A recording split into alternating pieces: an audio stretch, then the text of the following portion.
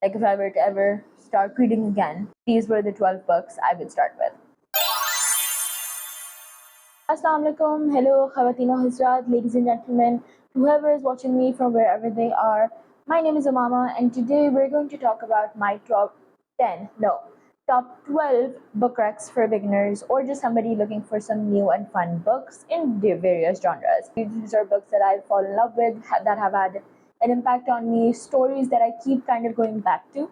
Okay, so I'm not going to talk about these books in any particular order. They're just on a chair in front of me right now. So the first book on the pile is a book that I was not expecting to like as much as I did. I did not even think I would like it. Now, when I saw it, I found it very interesting because the cover is very pretty. It's very I love what this person looks like. And then I read the back and it sucked me in. And the back basically says life wasn't going to hand anything to you. You had to go out and find it. And that just feels like such good advice. So I started reading it. I've actually read this book twice by now. And what this is basically this is the life story of Kate Grenville's mother as she went through her life. I think she was born in the 1920s or something. I think before that actually. And her life, becoming a pharmacist, opening her pharmacy, going through the Great Depression, having her kids, her husband, her first love, everything. And the reason why I love this book so much is because it made me realize something. You know, we look at our mothers and the people in our life, our parents, and we think they had very normal lives. All of the people around us, nobody has had a normal life. I am a firm believer of that. Everybody has a story. So the way she writes this book, it's not from a daughter's perspective. It's looking at her mother as a human, as a person who survived through so much, as a person who went through so much in life, who fought through so much in life. Her mother is one of the first female pharmacists. She had a child when was handling a pharmacy and a job and all of that, and she went through the Great Depression. She had these friends, then she saw war, her brother died in war, and all of these things. And there's also some very, very beautiful family photos in here as well that really shed light on her family experiences these. And this felt so personal, like it was a personal gift. Kate Grenville had just gifted this to me and was like, I want you to read this. This is a story of not just one mother, this is a story of multiple mothers. This is a story of how people go through life being seemingly ordinary but doing extraordinary things. It has some great old lady advice, like the type of wise advice you only get from older people, like good older people. And I loved it. Now in a completely different direction, we have the Da Vinci Code by Dan Brown. The reason why I love this book is this is one of the first books I independently read and got into. This is obviously, it's a mystery thriller. I think we all know that. Dan Brown is a great writer and he can really suck you into the world. This was one of those books that opened my eyes to so many things around me. I'm not a science person. I am a history person, which is initially why I was so so drawn to this book. Lekin I did not have enough knowledge about it. At the time when I first read this book, देखो I'm a history buff. मुझे history की चीज़ें पढ़ने में बहुत मज़ा आता है, मुझे डॉक्यूमेंट्रीज देखने में बहुत मज़ा आता है. I had a phase where I was obsessed with Egyptian mythology and all of that. But the time I read this book, I'd kind of gone far away from that. I was in my MUN phase, like peak MUN phase. So all I was doing was reading about politics, UN, and all of that. That changed with this book. I read this book, and then suddenly I was thrown into this world that I love. Even after reading this book, I was researching about these certain aspects, these paintings. After this book, I actually got really into learning about Leonardo da Vinci and all of these things, and I loved it. Literally, I loved it, and I love the main character of this book. I love the way this book is paced.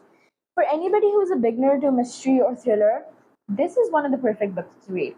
I don't want to sound like a snob, but this is definitely one of those books that if I want to look very scholarly, I will read this book in public. The next book we have is a book it's a book I do say is my favorite. And this is very, very, it's surprising to me as well. Okay, I think this book is my favorite.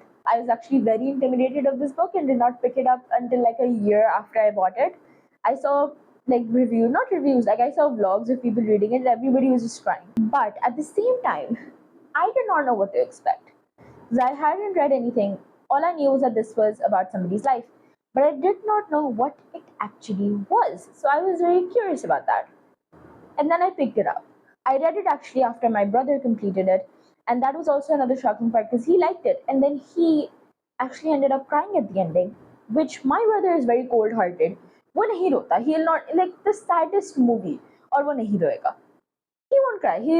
The man it has very mild emotions. He's very calm. So the book in question is A Little Life by Hania Yanagihara, and this is such a beautiful book. This book took me on a journey. I read it for a whole year. I completed it like in a year because it's very traumatizing. You have to keep like but then you read something that is so traumatizing और फिर आपको ना you have to walk away from it. Like okay अब ये हो गया मुझे ज़रा थोड़ा सांस लेने दो like सांस लेके मैं वापस आती हूँ.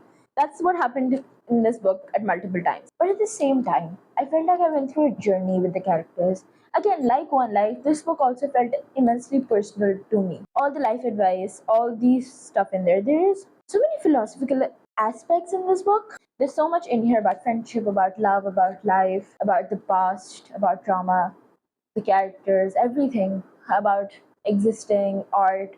There's so much in there. Obviously, there's a lot jam packed in here. Like, everything felt like it had meaning. There's not a lot of books that have affected me in the way that this book did, but it truly, truly, truly made me emotional beyond just like the sad parts of it. Like, I felt connected to this, and like, because it's for people's whole lives. I literally felt so connected to all the characters. Like all the characters, Jude, Willem, JB, Malcolm, all of them, I loved them. And I love the fact that even though Jude is the main spotlight, Hania does actually I'm sorry, I'm cutting into this, but Hania, when I say her full name Hania Yanagihara, and then it makes sense. But when I just say Hania, in my mind, मेरे दिमाग में हानिया में आ जाती है, and that does not match well with the little life. Yeah, beyond that, but like all the characters, even though the spotlight was on June, each and every character had something to give. Each and every character had an aspect that I found relatable. They were not 2D characters, not one of them. Each character had something to add, and I like the book is as sad as everyone says it is. If you're thinking it isn't, I'm sorry, it is. The ending will have you shook, the revelations will have you shook. Like, there's so much sadness and trauma in this book, but at the same time, there's so much beauty in this book. There's also moments of happiness in this book. This book also shows us how we must love the people in our life no matter how broken they are. And it also shows us that the sad part of life is sometimes love is not enough. It is not enough to sustain a person. And sometimes things do go sideways and end in a way that we do not want. But the way this book functioned, I absolutely loved it.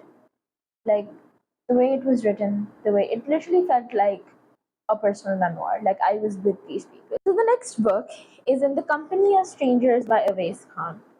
There's multiple reasons why I love this book. First of all, it's very short. It's how many pages is this? This is 267 pages. It's a short read, it's pretty good. It's very, very well written, so it's easy to read and digest. It's based in Lahore, which I really loved. It's Pakistani, which I love because I could relate to it obviously. But it's based in Pakistan High Society. It's based in Lahore, and I loved it. And I love the premise of the book. It can be a little odd at times. Like you might not fully like be like, oh, is this normal? But this book is very beautifully written. It is very complex. It is not a one-title story. It is a love story, but it is also a very complex narrative of families, high society, life, lies, and so many more things. Like, religious extremism is also something that we see in the book. And the thing that really sold me on this book was the ending. Before the ending, it is a good book. But when it ended, the way it ended and the plot twist that happened, that turned it into an incredible book. That turned it into a book I could not forget. Like जब ending हुई थी मैं like literally shock में दीवार देख रही थी कि ये अभी हुआ क्या है. But I loved it. I still love the book. It's very, very much like a mirror into Pakistan. And honestly, I think we need more Pakistani authors. Like even Desi books, a lot of Desi books are Indian Desi. And that, while it's similar, it's not Pakistani. Pakistani culture is like a depth of its own. I would recommend it to anybody, like not just if you're a Pakistani or a Muslim. I would recommend it to you, like not just if you're a Pakistani. I would recommend this book to you anyways because this is so, so beautiful. and it's so fun to read. And because it's short, it's perfect for beginners because you can get in and out of it without being like, oh my god, this is so long. Okay, so the first book we have is The Spanish Love Deception by Elena Armis, and I love this book. It's a classic enemies to lovers. This book, the reason why I love it is it's a very in and out book. Like you're gonna start it, it's a page turner, and you're gonna be done with it, and it's gonna be a very very happy love story that I like books like that. Like it's like wrapped up in a nice little bow, and I can move on with my life. I don't need to worry about anything else. It's basically an enemies to lovers, an office enemies to lovers, where they both have to go on a trip together for basically the female main character. What is her name? Catalina. It's her sister's wedding, I think, and she needs a date, somebody to be her fake date to the wedding. So she takes her office rival, who is he? I forget names. Okay, Aaron. She takes her office rival Aaron with her, and turns out they kind of fall in love. Like the whole enemies to lovers, like whole like arc, and I loved it. I love this book. I love the way it's not very deep. It's not. It's a very, very lighthearted, fun book. But one of the things I liked about it was that it went really deeply into how women can be blamed for relationships and relationship failures, and being in relationships in the workplace because they are women, and people can always assume that if a woman is in a relationship with somebody higher up, she's using him, or she is basically like sleeping around for success. Like that's kind of the notion that people put into, and that's part of Catalina's past story as well. Like I liked the dynamic Aaron and Catalina had. I liked the family dynamic that was shown. I liked almost all of the characters. Catalina and Aaron both were great. Aaron was very fun. I liked the fact that even though he was kind of like the grumpy male character, he was not completely like cliche. Like I could not. I hate when some like grumpy male characters have a pattern. Like bro, I should not be able to predict you. Characters have to be unpredictable. If your character is predictable, it is a 2D character. I do not. I'm sorry, but it is.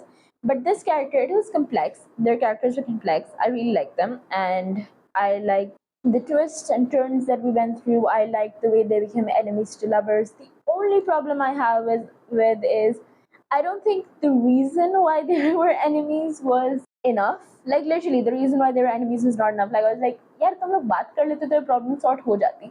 लेकिन खैर. Up next, we have the second book, and I feel a lot more deeply about this one. Again, this is a short, ties up in a nice little bow type of book. But the main female character, I don't know how I felt so related to her. Like there was a lot of differences between me and her as well, but like some of her plot elements felt so related to me. Like she's a bookworm. She loves bookshelves. She loves the city life, and she's this very headstrong and bold woman, and that is why men don't want to be with her, or don't end up being with her. Like she says it herself, not the girl the guy goes for. I'm the girl the guy breaks up with to go for the other girl. And like I feel like that too sometimes. I feel like that. So I felt so related to her. And this love story was very genuine. It was a very small town versus big city type love story. It really talked about, fitting in, understanding what you need, family dynamics, everything. It was so great. Like she has this very strong family dynamic with her sister, and it only takes her some time to realize that her and her sister's paths are different. Like they thought they were on the same path, but as time changed, their paths became different. And when they realized that, their bond actually becomes stronger and both of them become happier in their own paths. And also, I love how this book is realistic. Like, not obviously, some books don't have to be that realistic, वरना मजा क्या आएगा. लेकिन like it is realistic in the sense where the male and female main character could not just leave everything to be with each other. They had some hurdles that they had to cross. But the way this book ended, the way everything kind of tied up in the end was extremely beautiful, and I loved it. I loved all the characters in it. This book also has the enemies to lovers because both of them are book editors. But the way it all kind of like wrapped up in like a nice and tiny bow, and the dynamic between the two main characters is so beautiful. Like they understand each other, and I really like that. So yeah, again, if you're going into romance and want two really nice and fun and laid back romance wrecks, it's definitely these two. Now, the next book I'm about to show you, you're gonna look at me and you're gonna be like, this is very predictable. I think you saw it, but It's the Harry Potter series. I'm sorry, I'm partial. I think it is one of the most perfect books to read because it will really, really, really like you will feel very comforted while reading this book. I don't think I need to explain the plot to you. Everybody under the sun knows Harry Potter's plot. But yeah, it's one of those books that I think was the foundation of so many people's reading that it is one of the best beginner friendly books out there. And also, I'm partial, but I really do love the story. I really do love reading this. It's kind of one of my comfort reads. The next series is also a fantasy series, but one you might have heard of less. Let me just show you something really cool. Wait. So I'm collecting this series, and can you see like that thunder strike just go through the whole book? So this series is Skullduggery Pleasant by Derek Landy. It's basically a fantasy series in Scotland, and basically there's this girl. Her name is Stephanie. Her uncle dies, and after her uncle dies, she meets this lovely gentleman by the name of Skullduggery. Weird name, I know. Turns out he is this magician who is literally a skeleton. Like, I'm not kidding. He's just a skeleton who wears a suit and a scarf and a wig and a hat to, like, not be seen by other people. But he was a friend of her uncle's, and he doesn't tell her actually. Because her uncle was affiliated with him and knew of some power, she, Stephanie, is actually targeted because she receives her uncle's mansion in her inheritance. Like she inherits her uncle's mansion. So she is now, targeted by these bad magicians. I don't know what to call them. And Skullduggery helps her, and now she has been snatched into this world of magic and finds out this whole new world that she never knew existed. And now she has to learn everything to protect herself and basically Skullduggery is a magical detective, like he's a detective for the magical world and beings. So she becomes his sidekick and goes through adventures and really fun things. And this, I actually only have 3 books, but this is I think a 14 book series. And Skullduggery and Stephanie, or as well Kyrie Kane, as she calls herself later, are the main characters, but they have like a team. There's Tanith, Ghastly, there's China Soros, like there's a lot of other magical characters who are basically their team. And it is very fun, very lighthearted. It is very easy to get into. But this fantasy world is very, very, very like logical. Like ऐसी हवा में कुछ नहीं हो रहा. It takes a lot of practice. It takes a lot. Like Stephanie, she just because she now knows about this magical world, she doesn't just know magic all of a sudden. Just to learn it, like it takes her a lot of time to learn it. Like it's not just something that just comes to her. And magic has this whole theory. It has this whole world, a system. Like you can't just do magic anywhere. There's this whole story, like almost like Harry Potter. Like there's a legal system and all of that. So yeah, I really like that about it. Another fantasy series. Can you tell I love fantasy? I've just always been drawn to fantasy. And the next is the Six of Crows duology. Now, this obviously is part of the whole Storm and Grace, not Storm and Grace. What universe is this? Wait. This is by Lee Bardugo, so it is probably part of the whole. Which universe is it?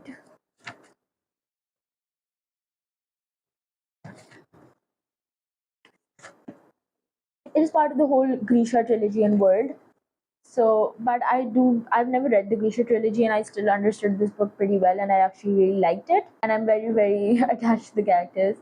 So, it basically follows a group of, not thieves, criminals, including a magician, an old like king, an old like guard for a very, very conservative land, a magician, not a magician, like a thief, a pickpocket, like all of these, and they are create a gang and they have to conduct this robbery. And there's a lot of stuff that is constantly going on. There's a world around them. They all have these very interesting backstories. And I know if I read the Grisha trilogy, I would have known more. But I did actually like it. Kaz and Inej's love story was amazing. The way this duo ended was amazing. I loved Kaz, I loved Jesper, I love Inej. These two are like they rule my heart. I could understand everything from the get go. I knew what was going on. I had obviously had to take time to understand it, but like it wasn't that hard to understand, which I really liked. I hate when I have to go really deep into world building and I still don't know what is happening.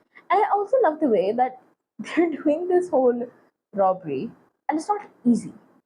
And no one in the book does it seem easy. there are hardships that happen, there are problems that are constantly happening, and it is not easy. You're on your toes when you're reading it. Like you're like, yeah, you look pakde jayenge, you look pakde jayenge. Like you're literally having that feeling, and I like that. I hate when books are like, oh my god, this is the hardest robbery, and then there's just like three locks in and they're in. Like the next book I want to talk about, I don't have a copy of this book, and the book is The Invisible Life of Addie LaRue. Now, if you have ever read this book, you probably know what I'm talking about, but this is one of the most beautiful, beautiful books when it comes to talking about grief, loss, and feeling like you belong nowhere. So, Addie LaRue is this immortal woman who's forgotten by everyone. Like, she is cursed by this dark god where she is forgotten. The moment you turn away from her, you won't remember her. And that's kind of the curse she has to live by. So which also makes her life really hard. And then there's a guy who actually does end up remembering her, and there's this whole story. But one of the aspects of this book that really made it a good, like a great book for me, was the kind of the weird relationship, almost you could say, between the dark god and Addie, because they are coexisting. She's an immortal as well. They're coexisting, and he's constantly looking at her. Like I just love the way it was written. It's very philosophical. It's very like it does like kind of tie into the aspect of like feeling like you're always forgotten, feeling like you don't belong anywhere. Like those type of things are inherent feelings in this book. It really shows you how that quote, if there's nobody to question you when you get home late at night, or nobody to say good morning to you in the morning, are you really free or lonely? Like that. I don't think I'm quoting it correctly, but yeah, it's kind of that kind of vibe. And it's a story that I keep going back to. Like I think about it. It really made me think, and I think those type of books are my favorite. Speaking of thinking, it's the only Urdu book on here. Is Manto Ke Afsane. This book has been on my shelf for a very, very long time. This is one of my father's books actually, and so I really treasure this. And Manto, I think we all know who Manto is. Sadat Hasan Manto, one of the greatest writers of the subcontinent. We all love him. If you want to watch a movie with the most perfect Manto adaptation, watch the Manto movie with what is his name? What is his name? What is his name? What is his name? Wait, Nawazuddin Siddiqui. The Manto adaptation of Nawazuddin Siddiqui is one of the best Manto. Like he literally embodies Manto. And so Manto Ke Afsane is basically short stories written by Manto, because as you all know, Manto never wrote a novel. He only wrote short stories. And some of the short stories in here are so good. Like again, why do I recommend this to a beginner? When I started reading this, I was really bad at Urdu reading. I did not read in Urdu. But this book, even though it is like a classic, it's written such a while back, the Urdu is very easy to understand. A lot very similar to जैसे हम उर्दू बोलते हैं. Obviously थोड़ी और तहजीब के साथ, लेकिन जैसे हम उर्दू बोलते हैं, it was very in that tone. Like बहुत सहील उर्दू नहीं थी कि आपको समझ में ही नहीं आ रही कि हो क्या रहा है. There are two that I really liked for very different reasons. There's one in here which is the first one, which is Sone Ki Anguti. And the reason why I like that is because it's literally Manto and his wife arguing.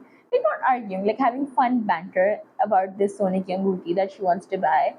And it's so fun, it's so heartwarming, and the relationship between him and his wife and everything is so heartwarming and fun, and I really liked it.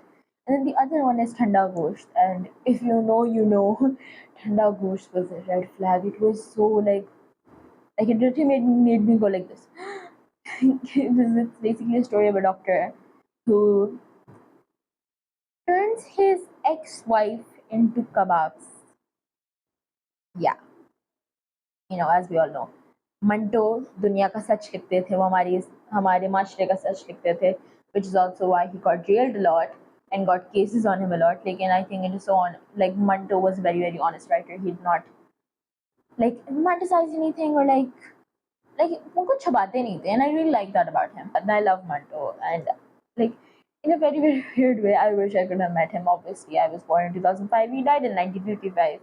But like, yeah, I really love this book. I always go back to it, especially these two short stories. I love them. Now, the final book on my shelf is this one, the book Thief by Marcus Zuzak. Obviously, this book is also very, very popular, and a lot of people have talked about it. But one of the reasons why this book is so special to me is because it was one of the first books I bought with my own money for my own collection.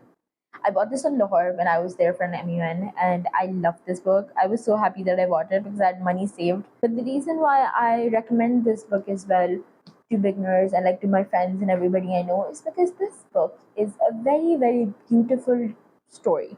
It's a very beautiful telling, and it is also very easy to understand. Even though this book is very philosophical, it is literally being narrated by Death himself, but it is still very easy to read and follow, and will keep you interested. Again, like Manto, it is a mirror, it is a window into a society, into Germany in World War II, into what the Hitler regime actually was. And it's such a beautiful, beautiful story. And again, I love books that follow like one person's whole life.